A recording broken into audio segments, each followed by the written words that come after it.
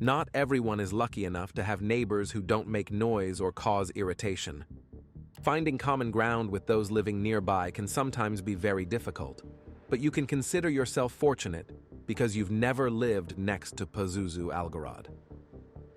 In this unremarkable single-story house at 2749 Nullwood Drive in Clemens, North Carolina, a single woman lived for a long time with her son, John. Looking at the skinny boy, often returning from school with tears in his eyes, neighbors had no idea that he would later become a monster feared even by the police. Click on the like button, subscribe to the channel, and turn on the bell notifications, and we start. Pazuzu Algarad was born on August 12, 1978. In reality, his real name was John Alexander Lawson. At the age of 24, this man simply decided to legally change his name. He was born in California to Cynthia and Timothy Lawson and was their only child. When the boy was 2 years old, the entire family moved to Winston-Salem, North Carolina. Pizuzu grew up as a fairly happy child, curious, cheerful, and full of life. However, things soon took a turn for the worse. It started with his parents' divorce, after which his father, Timothy, returned to California. He simply packed his things and left. After that, he never appeared in his child's life again. Cynthia, his mother, moved with her son to the small town of Clemens, North Carolina, with a population of just over 20,000. Almost immediately after the divorce, she remarried a man named Johnny James. Thus, Pazuzu got a stepfather instead of a father. The boy blamed Johnny for his parents' separation and, as a result, deeply resented him. Johnny, Cynthia's new husband, wasn't particularly fond of the disobedient child either. Constant arguments arose between them, and they clashed over every little thing. It reached a point where the boy completely isolated himself. Coming home from school, he wouldn't talk to anyone and would immediately lock himself in his room. Instead of trying to smooth things over or talk to her son, his mother preferred to ignore his tantrums. She didn't want to acknowledge that her son didn't get along with her new husband. She decided that she would never deny the boy anything to ensure he didn't feel deprived. In Pazuzu's upbringing, the concept of the word no didn't exist. His mother aimed to give her child everything he wanted, ultimately creating a skilled little manipulator. When Pazuzu turned 13, his mother and stepfather took him to a psychologist to address his behavior. But even at a young age, the boy managed to turn the situation in his favor, making the consultant see the problem not in him, but in his stepfather. Naturally, believing the teenager's stories, the psychologist spoke to his mother, and Cynthia, in turn, began pressuring her husband. This tension led to the stepfather effectively leaving the family, leaving the woman to deal with her son's issues alone. From then on, Cynthia's life began to spiral downward. She started drinking heavily and would disappear from home for days at a time. She completely stopped caring not only for Pizuzu, but also for herself. Then came a period when she stopped going outside altogether. At the same time, random men began appearing in the house, and their interactions typically ended in bed. Cynthia wasn't the least bit ashamed that her son was in the next room. By virtue of his age, the boy fully understood what was happening, and it caused significant trauma to his psyche. From that moment, problems in Pazuzu's teenage life only continued to pile up. Because his mother completely neglected him, he stopped showering, wore dirty clothes, and didn't use deodorant. Naturally, his appearance changed for the worse. The lack of basic hygiene led his classmates to notice the unpleasant odors emanating from Pazuzu's unwashed body. As a result, he faced a great deal of bullying at school. No one wanted to sit next to him. He was mocked and humiliated not only by classmates, but also by teachers who made remarks. Pazuzu didn't like this. He often got into fights, which led to him losing all his friends and becoming an outcast. He deliberately started dressing differently from everyone else, shaved his head, and withdrew into himself. The bullying, loneliness, and lack of support caused Pazuzu to develop severe anxiety. Without psychological help, the teenager's condition worsened. Eventually, he stopped leaving the house, talking, or attending school. When Cynthia finally noticed her son's problems, she took him to a psychiatrist. The doctor diagnosed Pazuzu with psychotic disorder and schizophrenia. The doctor also noted signs of developing agoraphobia. People with agoraphobia fear crowded places and open spaces. They are terrified of leaving the house and facing situations beyond their control. Pazuzu was strongly recommended to undergo treatment to alleviate his condition. However, the treatment was quite expensive, and Cynthia simply couldn't afford it. No one seriously addressed the young man's mental health. Eventually, Pazuzu returned to school but became a true nightmare for both teachers and classmates. This was largely because Cynthia was far from the best mother.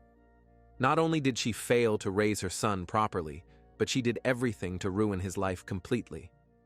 The boy couldn't cope with his mental health issues on his own. To make matters worse, starting at age 13, Pazuzu became addicted to illegal substances and alcohol. To cope with his situation, he simply began escaping reality.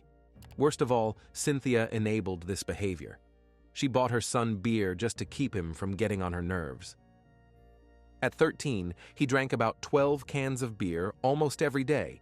In a state of intoxication, the boy became even more withdrawn and went into denial. There was another thing Pazuzu turned to in order to deal with his anxieties. It was black magic.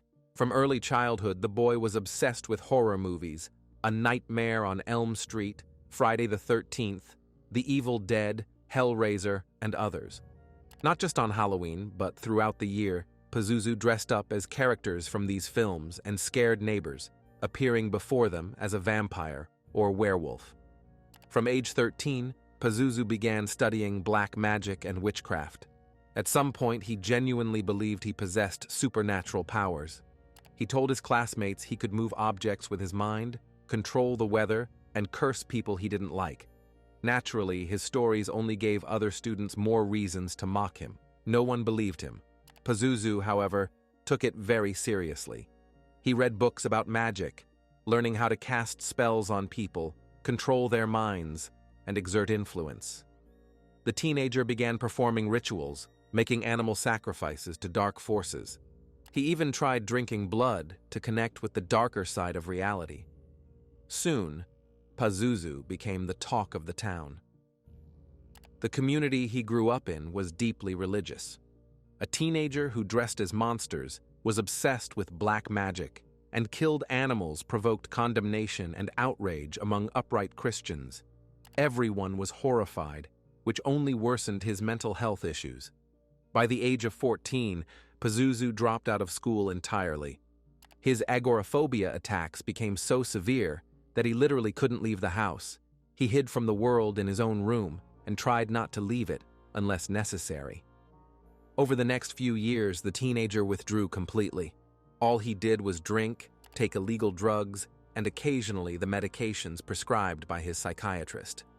The volatile mix of prescription drugs and alcohol could only lead to disaster. The only person Pazuzu occasionally interacted with was his mother, Cynthia. This period of seclusion lasted until he was 18, after which the young man slowly began to emerge from his shell. Due to his mental health issues, Pazuzu was granted disability benefits. These were small payments, but the young man wanted more money, so he decided to sell illegal drugs. This activity forced him to leave the house and interact with others. Soon, Pazuzu realized that nearly all his clients were very similar to him. They were all societal outcasts, struggling with various issues and seeking support.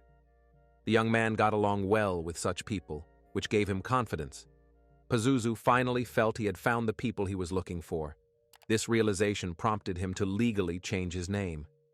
He no longer wanted to be John Lawson, the boy who was bullied at school, pointed at by neighbors, and who felt his own worthlessness in this world. Only among people like him did Pazuzu Algarad feel significant. He wanted to create a new identity to escape the state he had been in for years. When changing his documents, he stated that the name change was due to religious reasons. Pazuzu is a demon in Assyrian and Babylonian mythology, a powerful and malevolent figure. Pazuzu represented the southwest wind and was considered a bringer of storms and drought in ancient culture. It was also the name of the demon in the movie The Exorcist. This is how the young man saw himself. His surname, Algarad, translated from Arabic as Lord of Locusts. He created a terrifying persona and wanted to become the most frightening version of himself under this guise. His name alone scared devout Christians, and Pazuzu took pleasure in it. To amplify the effect of his name, he got several tattoos that offended the true faith of the people in his town.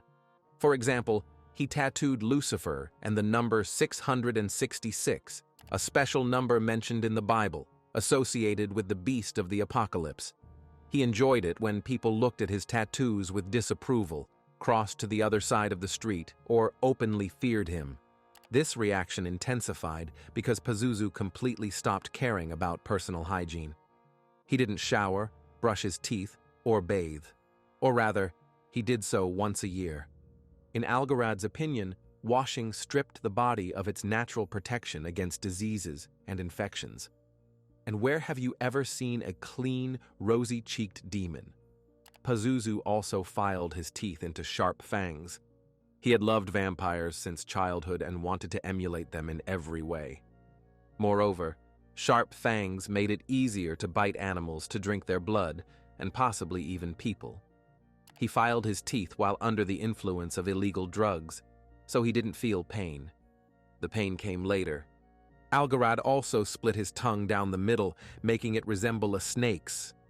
The young man, consumed with the idea of turning himself into a demon, began inventing various stories about his origins to seem more intimidating and resemble a real villain. Like a mythical character, he told people his mother worshipped the devil, and his father was a high priest from Iraq. Pazuzu claimed he was Muslim, though of course he never was. After the events of September 11, 2001, in the United States, when the Twin Towers of the World Trade Center were destroyed, Americans were wary of people of other religions. This is why Pazuzu told everyone he was a follower of Islam to stir up even more panic around himself. His main spiritual teacher and inspiration was the infamous Charles Manson. Algarad admired how this man controlled his followers and made them commit crimes for him. In the style of a true cult leader, Pazuzu created his own religion, based on a mix of various beliefs, which included monthly animal sacrifices during the dark moon. Pazuzu Algarad dreamed of standing out from the crowd, attracting outcasts like himself from childhood, and commanding an army of followers. After changing his name and adopting a terrifying image, he turned the family home, where he still lived with his mother, into a place for parties and meetings with future fans. Pazuzu invited almost everyone he knew to hang out at his house, and later, this place became known as Nullwood House, first because it was located on Nullwood Drive, and second because the building later turned into a house of horrors that drove neighbors insane. His mother, Cynthia, as she did in his childhood, allowed her son to do whatever he wanted, so Pazuzu turned the entire house into a party venue, and she didn't care. There were 20 to 30 people there at once. They partied, drank, and took psychedelic drugs. Algarad wanted to create an environment where people felt free, where they wouldn't be judged. They could dress however they wanted, say whatever they pleased, and do anything that came to their clouded minds. Guests could act out their deepest and darkest fetishes and fantasies. If they wanted to do something illegal, there were no issues. Want to smash a TV? Here's a hammer. Feel like trashing the house? Go ahead. Tempted to smash a beer bottle over someone's head? Be my guest. Pazuzu's guests were free in their choices. They could engage in intimacy in front of everyone, urinate on the carpet, or defecate in the corner of the room. There were no rules in this house, and no one cleaned up. Soon, Nullwood House began attracting dozens of people, and over time their numbers grew. The situation spiraled more and more out of control. Many newcomers didn't even know the host, so Pazuzu greeted them, told his fabricated origin story, spoke of supernatural powers, and in front of them, sank his sharpened fangs into animals and drank their blood. Then he might bite his own hand and let someone taste him, or conversely, offer guests to share their blood, and people willingly let him do it. Suddenly, wild bacchanals would begin, with partners swapping each other. In one corner, someone was urinating, someone was vomiting, and someone was sleeping on the floor.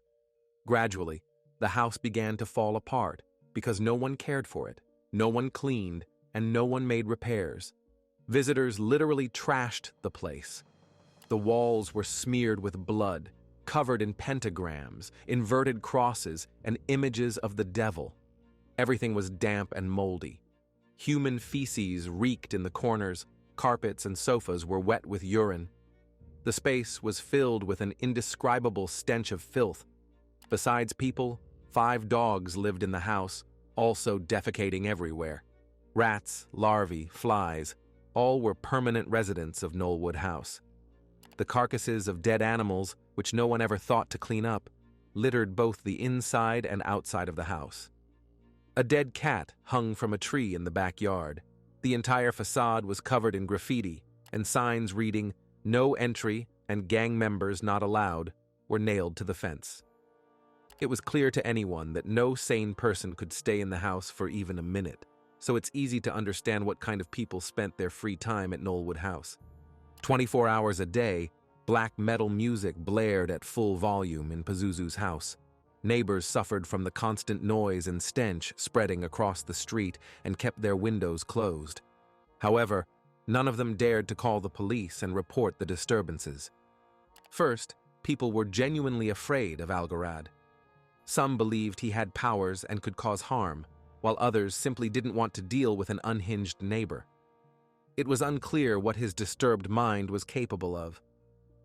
During this period, Cynthia and her son, Pazuzu, switched roles. When he was a child, his mother held intimate rendezvous in the house, and he was an unwilling witness to these drunken parties, forcing him to lock himself in his room. Now, Cynthia locked herself in her bedroom and was afraid to step into the hallway. She believed that as long as Pazuzu and his friends didn't barge into her room, they could do whatever they wanted. Their roles had reversed. Most likely, in this story, the mother is to blame for failing to raise her only son as a normal person. If Cynthia had controlled her child and addressed his treatment in time, this story might not have happened. Over time, people from across the country began flocking to this crazy party house. Mostly, they were outcasts ignored by society. They loved the freedom and attention provided by the host of Nullwood House. Now, they finally felt they belonged to a community, something they'd never had before, and began to exalt Pizuzu, worship him, and look up to Algarad. It resembled a cult, and Pizuzu undoubtedly enjoyed all this attention. It gave him confidence in his own abilities. The young man grew up an outcast, never had close friends, and was very lonely and isolated. Now, all these people worshipped him and were ready to follow his orders, and Pazuzu truly felt unique. His perverse charisma attracted certain minds, losers, outcasts, people living on the edge, or those who wanted to live on the edge. Since Algarad had power over his followers, he began manipulating and controlling them to see how far they would go for him. Sometimes, Pazuzu was very charming when he saw some opportunity. If he wanted someone to commit a crime for him, they would gladly do it because Algarad had power over the people who came to his house. Pazuzu didn't just have male followers, he also attracted many women.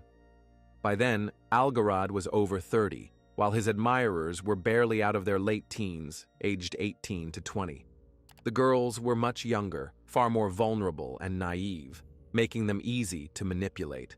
Moreover, the fans he interacted with at Nullwood House fell head over heels for him, despite his disregard for showers and basic hygiene. In the typical manner of a cult leader, Pazuzu decided to make several of his followers his brides. He wasn't officially married to any of them. It wasn't necessary for him. He simply called them his spiritual wives or brides. One such bride was a young woman named Amber Birch, born in January 1990 to an ordinary family.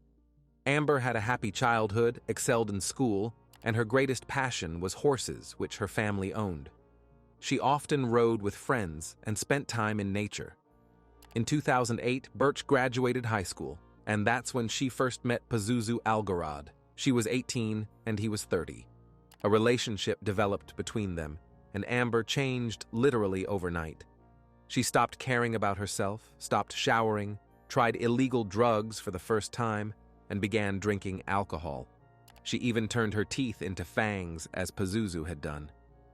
On social media, Birch's status claimed she was legally married to Algarad. Her entire life revolved around worshipping her so-called husband, as she completely cut off her friends and family. Pazuzu's second wife was a young woman named Crystal Matlock. She met him when she was 20. Her situation was very similar to Amber's. Crystal was completely consumed by Algarad, calling him her hero and savior, worshipping him and forgetting about her family and close friends. Besides Crystal and Amber, there were other girls who considered themselves Pazuzu's brides, but little is known about them. The parties at Nullwood House continued, and with the rise of social media, rumors of the wild bacchanals spread quickly. In 2009, things at the house took an increasingly darker turn. If Pazuzu previously boasted about supernatural powers, he now began showing everyone his weapon collection, consisting of numerous knives and several guns stored in the dishwasher. Because Algarad got away with his criminal activities for years, including using illegal drugs, killing animals, and disturbing the peace, he felt untouchable and began revealing an even crueler side of his personality. Now, when new guests came to the house, Pazuzu bragged that he could easily kill someone. He claimed he had killed several homeless people just for fun, and then sent a couple of prostitutes to their deaths. He told tales that several bodies were buried in his backyard. When someone expressed doubts about these stories, Pazuzu said that similar skeptics were lying in his basement, and the smell in the house supposedly came from the decomposing bodies down there. The host warned new guests that if they didn't follow his orders, they'd end up in that basement. The scariest part was that this didn't scare or repel people from Nullwood House. It attracted even more. Most likely, people simply turned a blind eye to what Pazuzu was doing. They just needed an environment where they could freely use illegal drugs and connect with like-minded individuals. In 2009, two men visited Algarad's house for the first time, Joshua Wetzler and Tommy Dean Welch. Joshua Wetzler was 32 at the time. He was born in North Carolina and, after graduating high school, met a girl named Stacy at a music festival. They bonded over their love for horses. The two hit it off immediately, and a romance sparked. In 2002, the couple bought a small plot of land, turning it into a small rehabilitation center for horses. Soon, Josh and Stacy had a son. As construction on the property progressed, the couple began facing financial difficulties. To earn some money, Josh started a business trimming hooves. Things seemed to be looking up, at least enough to stay afloat. But one day, Josh made the mistake of ordering hallucinogenic mushrooms by mail. He was caught, and he was charged with a criminal offense. After that, his life fell apart completely because clients stopped coming to him. Josh was fired from his job and couldn't find another. Soon, Stacy left him, taking their son and gaining full custody. The father was only allowed to see his son under supervision. Due to one foolish mistake, his life went off the rails. Joshua Wetzler became a societal outcast. He faced financial struggles and was forced to sell illegal drugs to support himself. This activity brought him into contact with unsavory people. That's when he first met the host of Nullwood House, Pazuzu Algarad. In the summer of 2009, Josh went to visit his son. He, Stacy, and the boy had a great time together. They made pizza, played, and planned their next meeting. But that visit was the last. Stacy and her son never saw Joshua again. At first, the woman thought Wetzler had violated his probation and was sent to prison, or perhaps he had fled to another state to avoid the police. But it later turned out that Josh had simply vanished from the face of the earth, and no one knew where he went. The second man was Tommy Dean Welch. He was about 30 years old. Tommy was the eldest of 3 brothers. He grew up in Arkansas. His passion was cars. He was skilled with engines and could fix any breakdown. Tommy was devoted to his family, where he had 2 young nephews. The man never used anything illegal. He rarely even drank alcohol. Somehow, in 2009, Tommy met Pazuzu, and it led to devastating consequences for Welch. On October 3, 2009, a few months after Joshua Wetzler's mysterious disappearance, Tommy Welch spent the day with his family. That evening, they planned to meet for dinner at his brother's house to continue catching up. But Tommy never showed up. His relatives tried calling him, but Welch didn't answer. His brothers went to the house where he had been living recently, but he wasn't there either. This behavior was unlike Tommy. He cared too much about his family's feelings to just leave without warning. The family reported him missing to the police. Days turned into weeks. Tommy's brothers scoured the area, searched the woods, and questioned countless people, but found no leads. Tommy Welch, like Joshua Wetzler, had simply vanished into thin air. Regardless, one person stood at the center of both disappearances, Pazuzu Algarad, and he continued to throw wild parties at his house. The only difference now was that his stories about captives locked in the basement walls were joined by a tale that he had killed 2 men he had disagreements with. Then, with the help of his 2 wives, Amber Birch and Crystal Matlock, he dismembered the bodies and buried them in the backyard. Pazuzu told this story to almost everyone who entered his house, but none of the listeners did anything about it, didn't dig into details about these men, and didn't go to the police. Many assumed it was just another of Pazuzu's fabrications, as he loved shocking people. Months passed, but no one knocked on the doors of Nullwood House to inquire about the missing men. During this time, Algarad, of course, had run-ins with the law, but they didn't involve Tommy or Joshua. He was accused of assaulting a woman, but received only probation. Additionally, Pizuzu attacked his mother, who continued to live in the house. Once, Cynthia somehow angered her son so much that he grabbed her by the throat and began choking her. She was so frightened that she reported the assault to the police. Algarad was arrested. Later, Cynthia dropped the charges, and Pazuzu got away with it again. There was also an incident where one of his wives, Amber, was arrested for repeatedly beating Cynthia, but Cynthia didn't press charges again, and Amber escaped punishment. No matter how many times Pazuzu had issues with the law, he managed to walk away unscathed. He only received probation. In early 2010, about 6 months after Joshua Wetzler's disappearance, the police found his abandoned car. His former girlfriend didn't yet know that Josh was missing.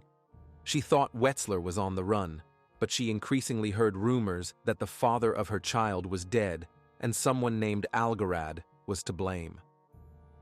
One day, a close friend called Stacy and said Josh was buried in Pazuzu's backyard. Not knowing who Pizuzu was, Stacy still went to the authorities. Though she didn't believe the rumors, her friend's words made her worry. It turned out the police had also heard about Nullwood House and the supposed remains of 2 men buried in the backyard, but they couldn't act on rumors alone. Stacy's report prompted the authorities to take action. Finally, on February 23, 2010, the police arrived at Algarad's house with a search warrant. They headed straight to the backyard, but there was a problem. The detectives didn't have the proper equipment to search for bodies underground. Officers walked the yard, moved a few rocks, but naturally found nothing. They had a canine unit with them, but the dogs were thrown off by the strong smell coming from the house, so they didn't pick up anything either. The stench of death wasn't just in the backyard. The entire building was saturated with it. As foolish as it sounds, the investigators concluded there were no bodies on the property, and Pazuzu had nothing to do with Joshua and Tommy's disappearance. Both investigations stalled for several more months until another tragedy struck. On June 7, 2010, the body of Joseph Chandler was found on the bank of a river where Pazuzu often performed rituals. The man died from a gunshot wound. His mother had reported him missing to the police a few days earlier. She described her son as the kindest person in the world. She was devastated when she learned his fate. Since Pazuzu was a well-known figure in the area, it didn't take long for the police to link Joseph Chandler's death to Algarad. Somehow, 3 men ended up on the riverbank: Pazuzu, Joseph Chandler, and a man named Nicholas Rizzi. It's unclear what connected them. Most likely, a dispute broke out. Algarad pulled a gun from the car, but Nicholas Rizzi beat him to it, firing first and shooting Chandler point blank. Afterward, both men fled the scene, and Pazuzu allowed Nicholas to hide in his house. When the police raided the house with a search warrant, both were arrested and charged with the killing. During interrogation, Rizzi claimed the shooting was an accident, and the detectives believed him. Nicholas admitted he accidentally pulled the trigger and pleaded guilty to involuntary manslaughter. He was sentenced to 13 months in prison. That's how much a human life was worth, according to the judge. Joseph Chandler's mother wasn't even allowed into the courtroom, so one can only guess how fair the verdict was.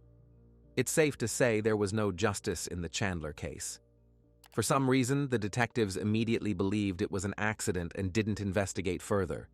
But considering Algarad's power over people, he could easily have convinced Rizzi to take the blame for the crime. Nevertheless, Pazuzu was charged with aiding and abetting involuntary manslaughter and withholding information from investigators by allowing the suspect to hide in his house. However, Algarad received only probation again. In 2011, Pazuzu's mother, Cynthia, who had put up with her son's madness for years, decided she'd had enough and wanted to put an end to it. For years, she had lived in a locked room in the trashed house, afraid to step into the hallway. She went to the police and told investigators she had witnessed a crime. She saw with her own eyes how her son shot a man and then, with his wife Amber, buried the remains in the backyard. When the authorities asked Cynthia for permission to search the house, she categorically refused. The thing was, she was terrified of her son. If Pazuzu found out his mother had gone to the police, he would have been furious, and who knows how it would have ended. In the end, her trip to the sheriff's office was pointless.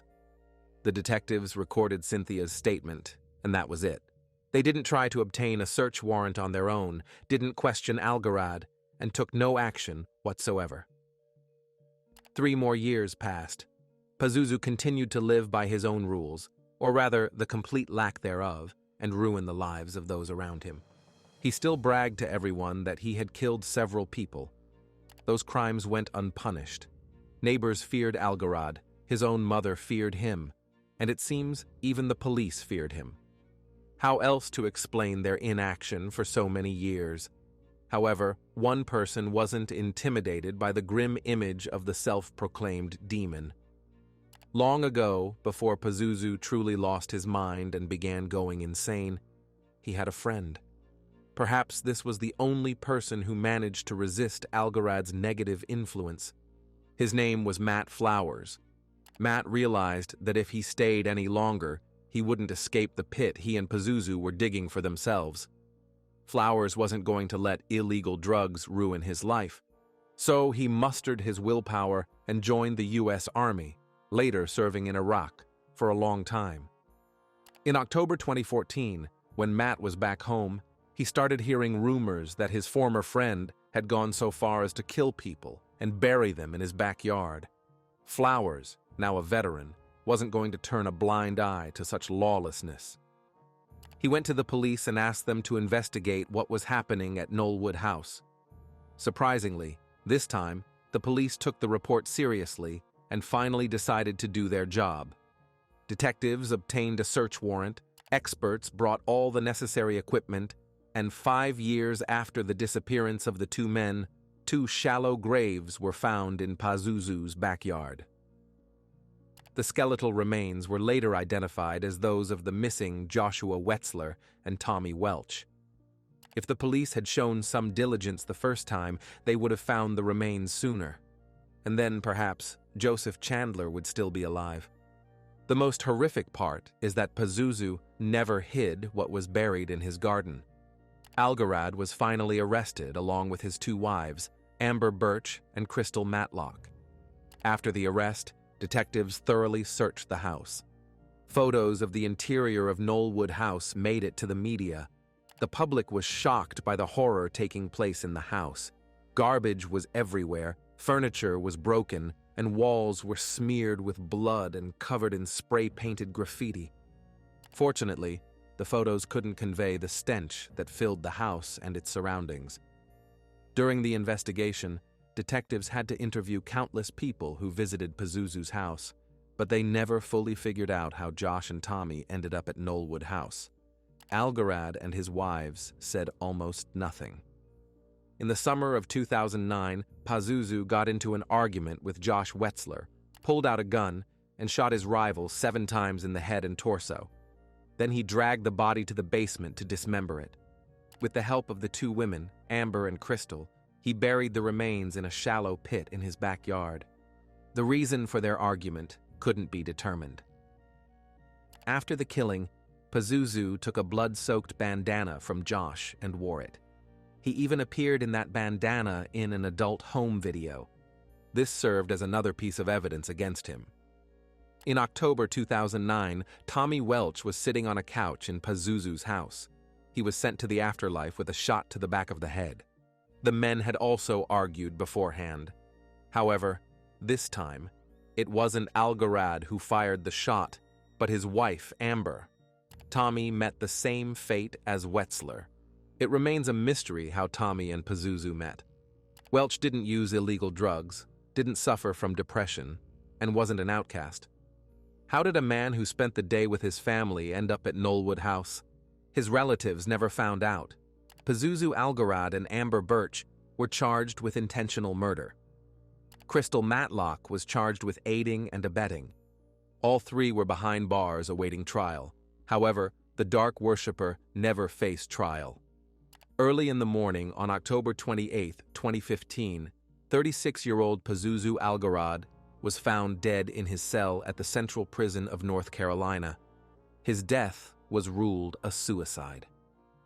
He bled to death from a deep cut on his left arm. The tool he used remains unknown.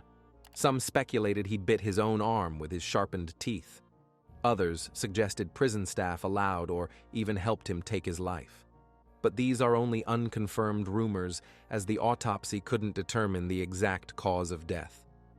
The worst part of his death is that Pazuzu was the only one with answers to many questions. Now, much will remain a mystery for the families whose loved ones died at Algarad's hands.